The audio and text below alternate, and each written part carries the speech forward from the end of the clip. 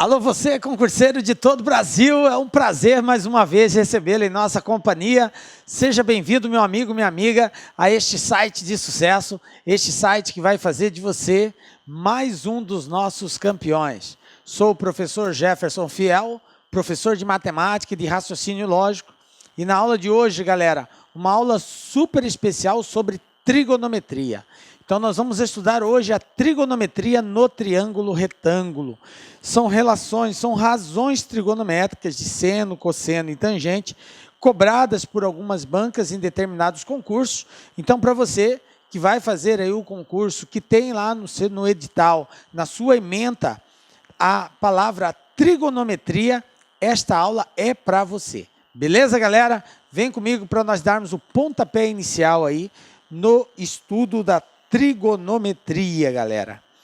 Relações trigonométricas no triângulo retângulo. É o que nós vamos ver na aula de hoje. Nós vamos estudar a trigonometria no triângulo retângulo, dando ênfase a 3 razões trigonométricas: seno, cosseno e tangente, que são as razões trigonométricas básicas. Depois tem aquelas que derivam do seno, do cosseno e da tangente, que é a secante, a cossecante e o cotangente. Não é o alvo do nosso estudo nessa aula.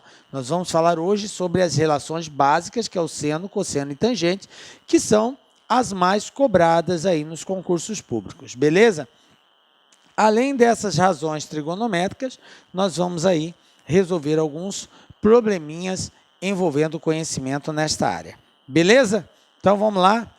Iniciando primeiramente falando do triângulo retângulo. Galera, o nosso estudo é trigonometria, tá? Essa palavra estuda as relações que existem entre as medidas dos lados e do ângulo de um triângulo retângulo, ok? As razões trigonométricas são razões entre lado e ângulo de um triângulo retângulo, beleza? Bom, mas e o triângulo retângulo? O que é um triângulo retângulo? Bom, o triângulo retângulo é todo triângulo que apresenta um ângulo de 90 graus. Por isso que ele é chamado de triângulo retângulo. Então, num triângulo, a gente sabe que a soma dos ângulos internos é igual a 180 graus. Então, quando um desses 3 ângulos é igual a 90 graus, o triângulo recebe o nome de triângulo retângulo. Então, simbolicamente, representando o triângulo, seria isso daqui. Então, é uma figura que contém 3 lados. Esses lados possuem 3 ângulos, correto? E eu tenho aqui um ângulo de 90 graus. O ângulo de 90 graus, nós representamos ele através desse símbolo. Não é usual escrevermos 90 graus, nós representamos através de um símbolo, beleza? Então, num triângulo retângulo, cada um desses lados tem um nome especial. Então, nós chamamos de catetos os lados que formam o ângulo reto. Então, eu tenho 2 lados que formam o ângulo de 90 graus. Porque um ângulo, para ser formado, ele precisa de 2 semirretas, ok? 2 lados que unidos, que se interceptam, formam um ângulo. Então, o ângulo de 90 graus é formado por esse e por esse lado aqui, que são chamados de cateto e cateto, beleza? O terceiro lado, que inclusive é o maior lado do triângulo, ele é chamado de hipotenusa. Então, quem é a hipotenusa? É o lado que é oposto ao ângulo reto. O oposto quer dizer que está na frente, ó. Olha aqui, ó. A referência é sempre essa. Professor, sempre a hipotenusa vai estar na frente do ângulo reto? Isso mesmo, galera. Se você tiver com dúvida com relação a qual dos lados é a hipotenusa, basta você identificar o ângulo de 90 graus, o lado que está na frente dele será sempre a hipotenusa. Beleza? Então, está aqui. Agora, nós já conhecemos o triângulo retângulo. Eu sei que ele tem 2 lados que são chamados de cateto e um lado que é chamado de hipotenusa. Beleza. Bom, com relação ao triângulo retângulo, nós precisamos saber outras questões. Nós já vimos que eu tenho 2 catetos e uma hipotenusa. Esses catetos, eles recebem nomes especiais quando comparados com um determinado ângulo. Então, veja bem, eu vou chamar esse ângulo aqui de ângulo alfa e vou chamar este ângulo aqui de ângulo beta, beleza? Então, eu tenho um ângulo alfa, um ângulo beta e eu tenho aqui o ângulo de 90 graus. O que eu preciso saber de um triângulo retângulo? Eu preciso saber que se a soma dos ângulos internos é igual a 90 graus, então o valor de alfa mais o valor de beta é igual a 90 graus. Por que 90, professor? Porque a soma tem que dar 180. E eu já tenho 90, então para 180 faltam 90, beleza? Bom, os catetos, como eu havia frisado, eles recebem um nome especial dependendo do ângulo que eles estão ajudando a formar. Por exemplo, vamos pegar o ângulo beta. Eu tenho aqui um cateto.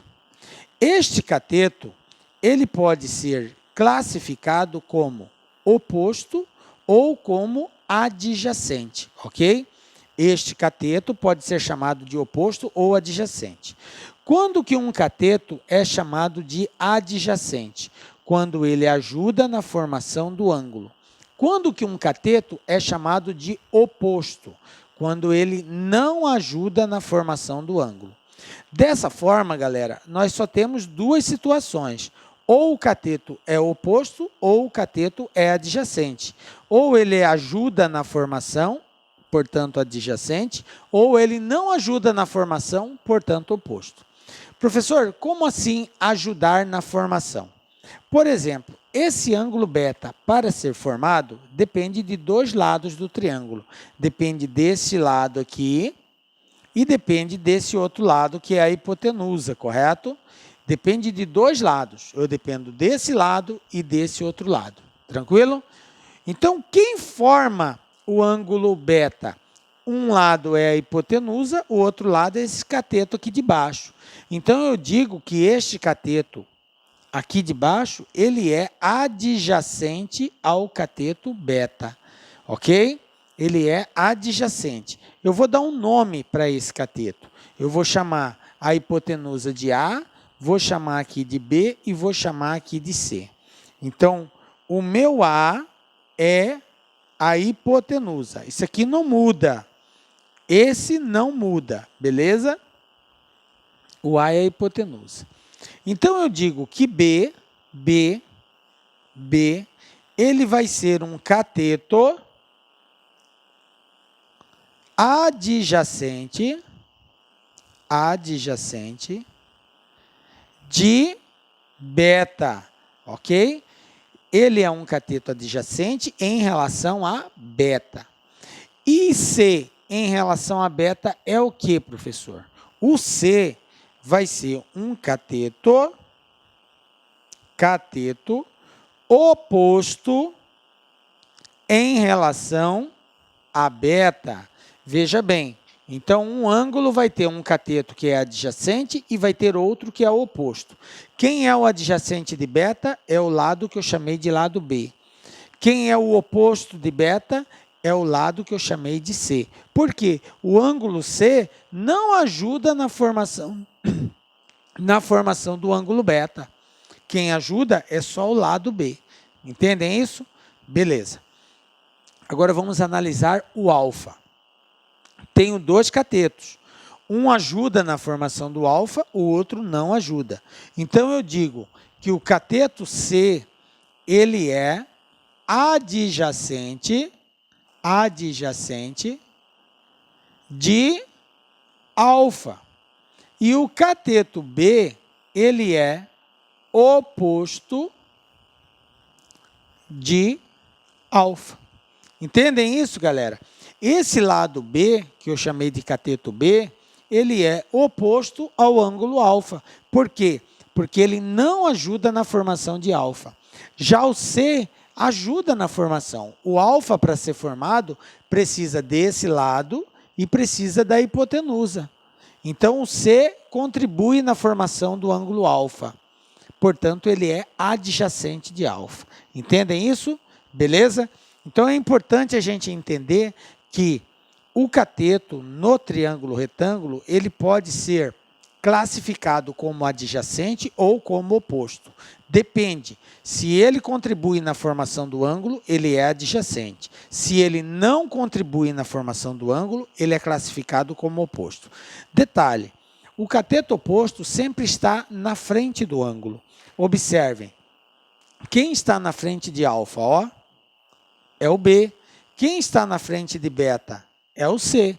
Por isso que C é oposto para beta e B é oposto para alfa. Tranquilo?